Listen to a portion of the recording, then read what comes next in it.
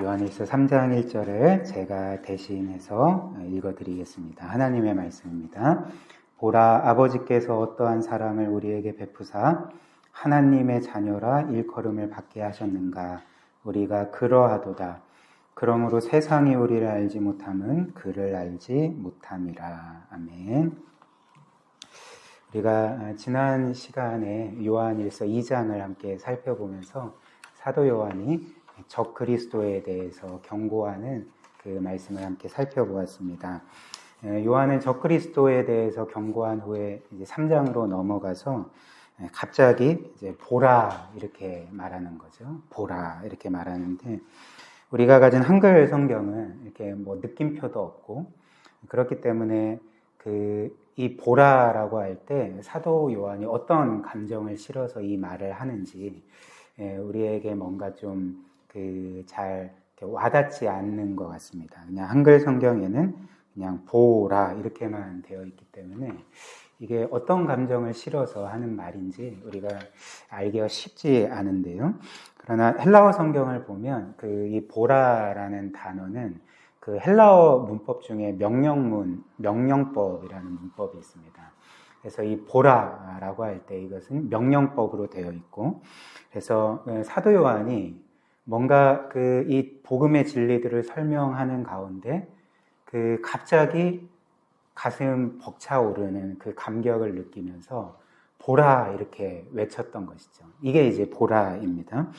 그래서 이제 이것을 좀 더 감정을 실어서 다시 번역을 하면 사도 요한이 우리에게 이렇게 말하는 거죠. 너희는 이것에 주목하라 이렇게 말하거나 너희는 이것을 꼭 봐야 한다. 이것을 보라 이렇게 말하고 있는 것입니다.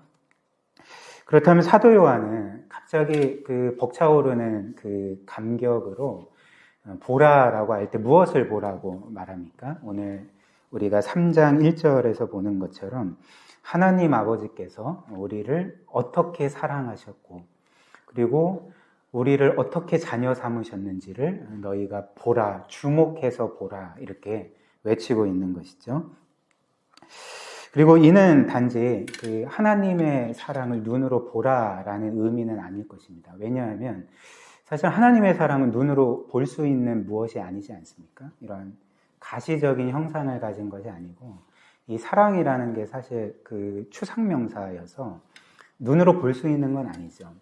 그렇기 때문에 이 사도 요한이 너희는 우리 아버지께서 너희를 어떻게 사랑하셨는지 보라라고 할 때 이 사랑을 눈으로 보라는 의미보다는 그 사랑이 도대체 어떤 것인지를 너희가 생각하라 이렇게 말하고 있는 거죠. 그것이 도대체 어떤 사랑이고 하나님이 우리를 어떻게 사랑하셨는지를 너희가 기억하고 생각하고 곰곰이 숙고해보고 묵상해보라라는 말씀이 바로 이 보라라는 말씀입니다. 그렇다면 사도 요한이 보라, 하나님께서 어떤 사랑으로 너희를 사랑하셨느냐 이렇게 할 때 그렇다면 하나님께서 우리를 어떻게 사랑하셨는가 우리가 잘 알다시피 우리는 죄를 지은 것밖에 없지만 또 하나님께 반역한 자들이고 또 하나님 없이 마치 하나님이 없는 분처럼 취급하며 살아갔던 우리였기 때문에 사실 우리는 하나님의 어떤 호의도 받을 수 없죠. 오히려 하나님의 진노와 심판을 받을 수밖에 없는 자들이었음에도 불구하고 그 하나님께서 우리와 같은 죄인을 위해 그 아들까지 아낌없이 십자가 죽음에 내어주시고 그 핏값으로 우리의 모든 죄를 사하시고 의롭다 선언하시고 더 나아가 그 예수 그리스도 안에서 우리를 그분의 자녀요 상속자로 삼아주신 이 모든 사랑을 너희는 봐야 된다. 그리고 이 사랑이 도대체 어떤 것인지를 너희가 들은 말씀을 기억하고 다시 한번 생각해보고 이것을 깊이 묵상해 보아야 된다. 지금 이렇게 우리에게 요청하고 있는 것입니다. 따라서 이 말씀은 우리에게 너무나도 당연하지만 그럼에도 우리가 너무나도 놓치기 쉬운 한 가지 사실을 우리에게 알려주는 거죠. 이제 그 사실이 무엇이냐면 한 성도가 우리 모두가 하나님의 사랑을 경험하기 위해서는 그 전에 그리고 그와 동시에 해야 될 일이 있다는 것입니다. 그것은 바로 하나님의 사랑을 보는 것이죠. 하나님의 사랑이 무엇인지를 생각하는 거죠. 그 하나님의 사랑이 어떤 사랑인지를 생각하고 깊이 묵상하는 그 과정 가운데 우리는 이 사도 요한과 같이 그 사랑에 감격하여 보라, 하나님이 나를 어떻게 사랑하셨는가 이렇게 외칠 수가 있다는 것입니다. 근데 왜 이 사실을 강조해야 될까요? 왜냐하면 여러분들도 아시다시피 그 많은 그리스도인들은 하나님의 사랑을 경험하기를 원하죠. 모든 사람들이 하나님의 사랑을 경험하기를 원하지만 그럼에도 불구하고 하나님의 사랑이 우리에게 어떻게 나타났는지를 잘 보려고 하지 않고 생각하려 하지 않고 묵상하려 하지 않기 때문에 그렇습니다. 그러니까 하나님의 사랑을 경험하기 위해서는 그 사실을 먼저 봐야 되지 않겠습니까? 그 사실을 생각하고 묵상해야 됨에도 불구하고 이제 그런 과정들은 도외시한 채 하나님의 사랑을 경험하려고 한다는 것이죠. 특별히 성경이 우리에게 알려주는 것처럼 하나님의 사랑이 가장 찬란하게 드러난 곳이 어디입니까? 그리스도 안에서 그런 거죠. 그러니까 하나님이 그리스도 안에서 우리에게 어떤 사랑을 베풀어 주셨는지, 그 아들이 우리를 위해서 행하신 모든 일들이 얼마나 엄청난 것인지, 그리고 그 아들께서 그토록 자신을 다 내어주시면서 우리를 어떻게 사랑하셨는지를 사람들은 깊이 생각해 보지 않고 단지 막연하게 하나님의 사랑을 경험했으면 좋겠다 이렇게 생각을 한다는 것입니다. 그렇다면 그 사람들은 보통 하나님의 사랑을 어떻게 경험하려고 할까? 저는 이 말씀을 좀 묵상하면서 이와 관련해서 두 가지 유형의 사람이 있을 것 같다 그렇게 생각을 해보았습니다.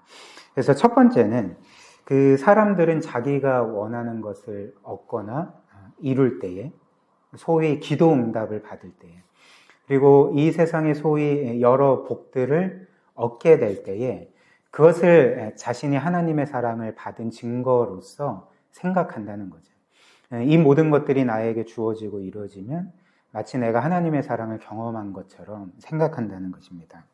물론 저는 이런 말들을 할 때 이런 소위 세상의 복들 혹은 기도 응답이 하나님의 사랑이 아니라고 말씀드리는 것은 아닙니다. 이것도 또한 하나님의 사랑의 분명한 증거죠. 그러니까 이런 이 세상에서 우리가 누리는 모든 복들, 그리고 우리가 값없이 받는 이 모든 복들과 기도 응답이 하나님이 우리를 사랑하시고 우리를 돌보신다는 분명한 증거가 아니겠습니까? 그러나 우리가 분명히 기억해야 될 사실은 그럼에도 불구하고 하나님의 사랑이 이것이 전부가 아니라는 것이죠. 이것 자체가 하나님의 사랑의 전부가 아니고, 따라서 우리가 이런 것들로만 우리가 하나님의 사랑을 받은 것을 확인하고 그렇게 결정 지으려고 한다면 우리는 사실 성경에 기록된 여러 신앙의 인물들, 특별히 하나님을 많이 사랑하고 또 하나님의 사랑을 많이 경험하고 누렸던 사람들의 삶을 도저히 이해할 수 없게 되는 것입니다. 왜냐하면 이들 중에 상당수는 우리가 아는 것처럼 고난 많고 또 결핍 많은 삶을 살아갔기 때문에 그런 것이죠. 한번 예를 들어봅시다. 예수님께서 부활하신 후에 사도들과 제자들의 삶을, 그들의 모습을 한번 돌아보면 사실 그들은 이 세상 누구보다도 하나님의 사랑에 감격한 사람들이 아니었습니까? 하나님의 사랑을 실제적으로 경험하고 그 사랑에 감격하면서 그 사람을 다른 사람들에게도 전했던 사람들이 바로 그 주님의 제자들, 사도들과 또 초대교회 성도들이라 할 수가 있는데요. 그렇다면 그들이 이렇게 하나님의 사랑에 감격했던 이유가 무엇이었습니까? 이 세상에서 소위 잘 되었기 때문에 그렇습니까?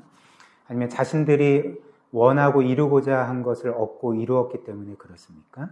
혹은 이 세상에 많은 부와 또 높은 지위와 또 찬란한 명예를 얻어서 이렇게 하나님의 사랑에 감격했을까요? 그렇지 않습니다.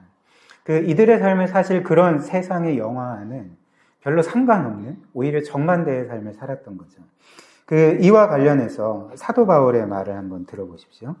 고린도전서 4장 10절부터 13절 말씀에 사도 바울이 이렇게 말합니다. 우리는 그리스도 때문에 어리석으나 너희는 그리스도 안에서 지혜롭고, 우리는 약하나 너희는 강하고, 너희는 존귀하나 우리는 비천하여 바로 이 시각까지 우리가 줄이고 목마르며 헐벗고 매맞으며 정처가 없고, 또 수고하여 친히 손으로 일을 하며 모욕을 당한즉 축복하고, 박해를 받은즉 참고, 비방을 받은즉 권면하니 우리가 지금까지 세상의 더러운 것과 만물의 찌꺼기 같이 되었도다. 이렇게 말합니다. 그러니까 이 세상에 소위 이런 복들을 기준으로 해서 하나님의 사랑을 받은 것을 확인하고 판단하면 이들은 사실 이 세상에서 가장 하나님의 사랑을 못 받은 사람들이 될 거라는 것이죠. 그러나 이런 사도 바울이 또 이렇게 말합니다. 로마서 8장 말씀, 우리가 잘 아는 37절에서 39절인데요. 이렇게 말합니다. 그러나 이 모든 일에 우리를 사랑하시는 이로 말미암아 우리가 넉넉히 이기느니라. 내가 확신하노니 사망이나 생명이나 천사들이나 권세자들이나 현재일이나 장래일이나 능력이나 높음이나 깊음이나 다른 어떤 피조물이라도 우리를 우리 주 그리스도 예수 안에 있는 하나님의 사랑에서 끊을 수 없으리라. 이렇게 말을 하고, 또 고린도후서 5장 14절에는 이렇게 말합니다. 그리스도의 사랑이 우리를 강권하시느니라. 이렇게 말하는 거죠. 그 그리스도를 믿는다는 이유로 고난을 받고 핍박을 당하고 배고픔과 또 가난함과 그 핏절함과 그 모든 고난과 그 결핍을 경험하면서도 이들이 지금 고백하고 있는 바가 무엇입니까? 그리스도 안에 있는 하나님의 사랑에서 우리를 그 누구도 끊을 수가 없다. 그 어떤 것도 우리를 끊을 수가 없고, 도리어 이 모든 것 가운데 그리스도의 사랑이 우리를 강권한다. 우리는 이 세상 어떤 것보다도 하나님의 사랑을 기뻐하고 감격스러워하며 그 사랑을 전하는 자다. 이렇게 말하고 있는 거죠. 이런 성경의 말씀들이 우리에게 알려주는 사실이 무엇일까요? 바로 이렇게 믿음의 위인들, 그리고 어떤 면에서 이름 없는 평범한 그리스도인들이 이렇게 여러 고난과 환난과 결핍 가운데서도 하나님의 사랑에 감격할 수 있고, 그 사랑을 확신할 수 있고, 마치 모든 것이 없을 때 모든 것을 가진 것처럼 그렇게 하나님 사랑의 확신을 가지고 살 수 있었던 것이 이 땅에서 잘 됐거나 평탄했거나 자신들이 원하는 것을 다 얻거나 이루었기 때문이 아니라, 이 모든 것들이 없었을지라도 바로 하나님께서 그리스도 안에서 그들에게 베풀어 주신 그 사랑을 보았기 때문에, 그 사랑을 늘 기억했기 때문에, 그 사랑을 늘 생각하며 살았기 때문에, 그 사랑이 어떠한지를 늘 묵상하며 살았기 때문에 이들은 그리스도의 사랑이 우리를 강권하시는도다라고 이렇게 외칠 수가 있었던 것입니다. 그래서 우리 또한 이렇게 사도 요한의 이 외침, 이 요청과 같이 바로 아버지께서, 우리 하나님 아버지께서 우리를 어떻게 사랑하시고 자녀로 삼아주셨는지를 끊임없이 보고 또 생각하고 묵상해 봐야 한다는 것이죠. 그 다음 두 번째로 또 어떤 사람들은 이 세상의 소위 복뿐만 아니라 어떤 신비한 체험을 통해서 하나님의 사랑을 확인하고 또 내가 하나님의 사랑을 받았다라고 그렇게 생각을 하는 것 같습니다. 근데 첫 번째 경우와 마찬가지로 제가 이런 말을 드리는 것은 하나님께서 우리에게 신비한 체험을 주실 수 없는 분이라거나 혹은 이런 신비한 체험 가운데 하나님의 사랑의 증거가 전혀 없다거나 이런 말씀을 드리는 것은 아닙니다. 그러니까 하나님은 얼마든지 우리로 하여금 어떤 영적이고 신비한 체험을 경험하게 하실 수 있는 분이고, 그리고 그런 경험을 통해서 하나님의 사랑을 경험하게 하실 수 있는 분이시라는 거죠. 그러나 오늘 우리는 이 성경이 우리에게 강조하고 말씀하는 바에 주목할 필요가 있다는 거죠. 오늘 사도 요한이 우리에게 너희가 하나님의 사랑을 경험하기를 원하느냐?